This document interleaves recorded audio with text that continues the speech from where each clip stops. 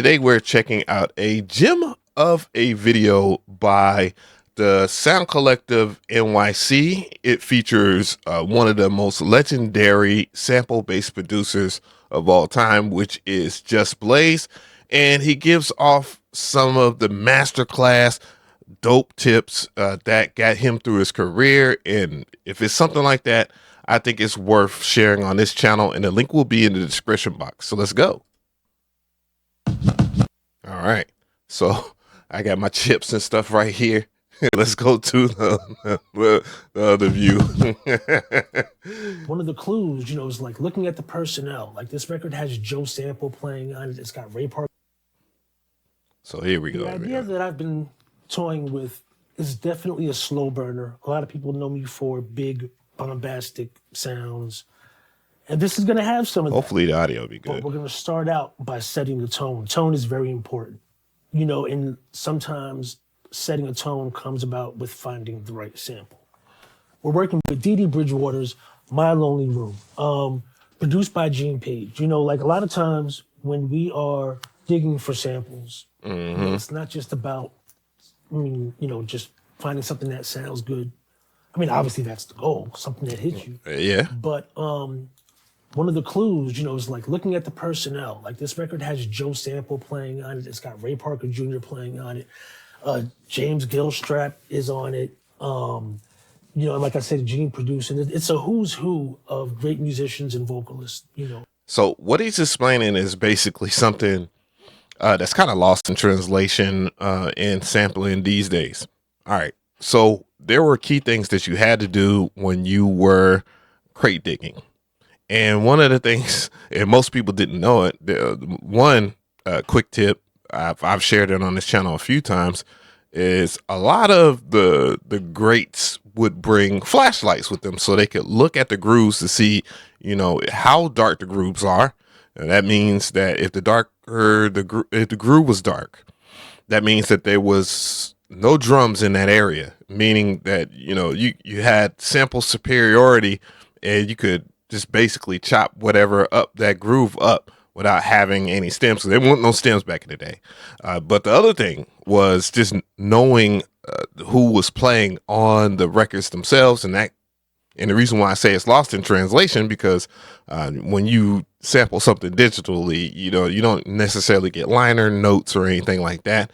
So you just had to understand and study the game a little bit, so if a record was going to be for you. From the 70s. So when you see that many great people involved in a record, in a single song, you got to give it a listen. A lot of times those can be your indicators of what you're going to get, when you're actually digging through records or even just digging online. You can always look at the credits and see who was involved and kind of get a sense of what you're going to get. Well, you said so it. So even before I heard the song, I kind of knew it was probably going to be very big, very soulful, very epic sounding. And sure enough, that's what it was. Let me give you a little bit of it.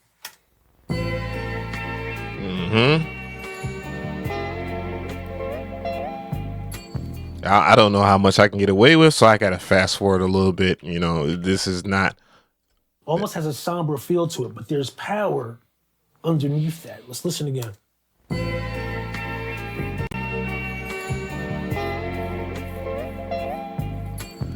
Now see, all right, so I gotta stop it. What a lot of people would end up doing is just kind of looping, they will loop just that front, and it's beautiful.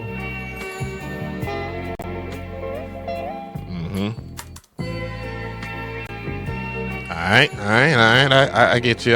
But after about 16 bars of that, it's going to get a little dry. Then you have this second part right afterwards.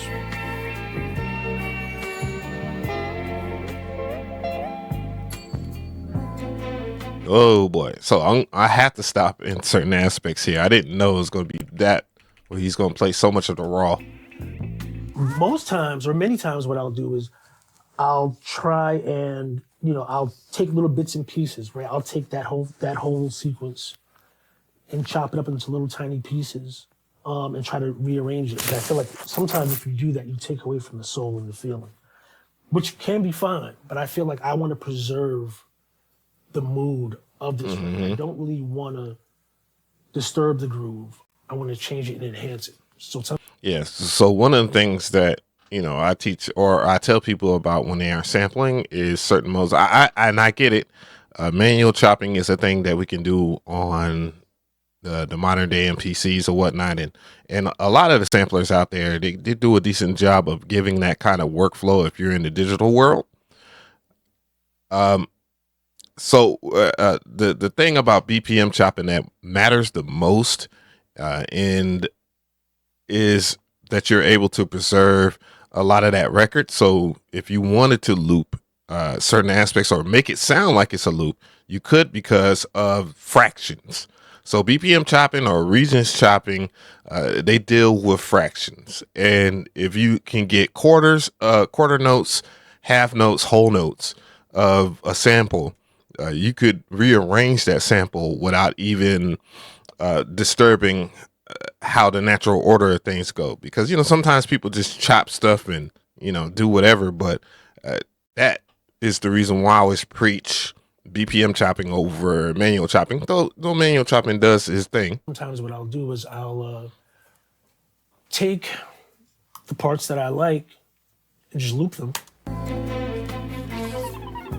Right there. And try to create new chord progressions out of them. Mm-hmm. Right now it's just static. And by the way, I did not watch this. Is the first time I'm watching this. But then I'm like,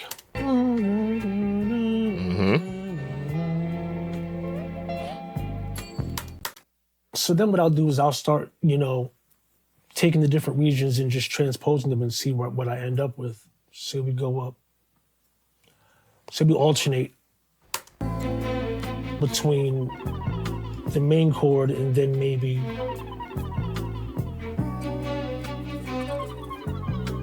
nice tip. Damn, I did not know that Logic actually had that now, because the last time I checked Logic, and this is how you know I'm so far behind on certain DAWs, it did not have time stretch. It was probably one of the worst, but I remember there was a humongous update within Logic to where you could stretch stuff, and everybody was saying it was as good as Serato. And one of the things, the best thing about Logic, as we know, and let me go ahead and Jesus, the best thing about Logic, in a sense, is that you have all the makings of what Serato Studio does right here, and it's always been like that in Logic. So it had the leg up to where you could build around that if you was into like some kind of music theory, and that kind of stuff helps in the regard of that you would do that, and that's how it will work there. So, and let's get it. So you went 2 semitones up. I'm starting to get somewhere. There's a bit more movement. Ooh.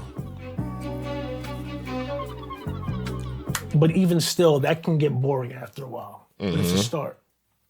Let's see where else we can take it. And that's the thing. It's like sometimes you don't have to go and find 20 different parts from a sample. Don't get me wrong. I'm very well known for taking 20 parts of a sample and putting it together. But again, it's like sometimes you don't know what you're going to get. You just got to put random values in and see where you land. Yeah, I think that's and shout out to Starsky, which has nothing to do with like hip hop channels and whatnot. But he's like a content creator in this space. He was just talking about the one thing that is harming us as musicians and producers, beat makers and stuff like that.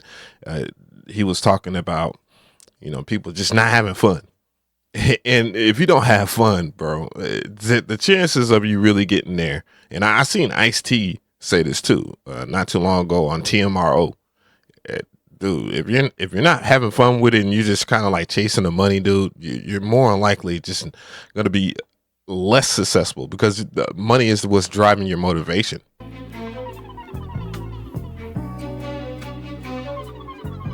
Yeah, bro, I got to find a way to make Logic work on my MacBook again. Nah. Okay, is that 4 steps up? But that kind of leads me here. Yeah, it's 4 steps up. Okay, take it up a fifth. Yeah, I want to hear that.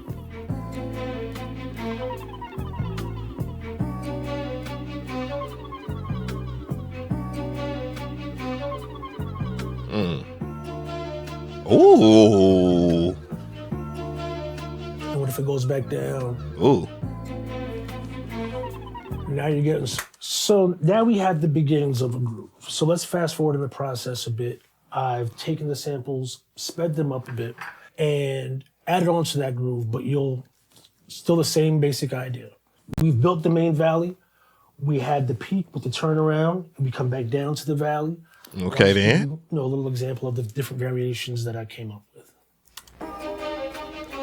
Okay, you filtered it out. I want to hear them drums, folk. Okay. We get drums? Ooh. It really don't need no drums, bro.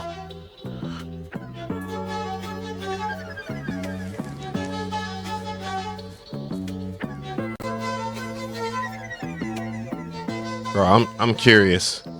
I am curious. Ooh. Whoa. Let's.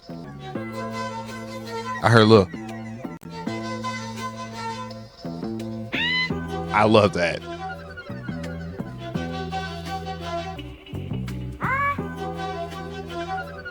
Okay. Professor Blaze in the building, man. I'm gonna kind of leave it there. As bad as I want to hear the result, how it will resolve with the drums and stuff like that, I think I should allow a Sound Collective to have their shine. And I want to make sure that y'all go to the link in the description box, which will be to the original video to their channel. They've been dropping content for quite a while. They did some stuff with Large Professor, and they kind of fell into a niche because the video is going viral. When I originally saw it in my algorithm, it had views. It had views, and I just saw the potential. And then of course it's just Blaze, bro. I got to see what it's about, man. But I want to highly encourage people to see this video. And, when we react to stuff on this channel, I kind of keep it in the pocket of what we do over here and not anything outrageous, you know what I'm saying? Because a lot of us enjoy music or whatnot. But the main thing I want y'all to focus on, even though it doesn't necessarily have much to do with this video, is you guys, we need us. And I tell myself this too, focus on having fun, because a lot of us, as music changes, things change, technology changes, dude. Fun should never change. You know what I'm saying? And I hope people can get that much out of this video. You know what I'm saying? Because I already know how it will end up in the comment section. And just let me know how you feel.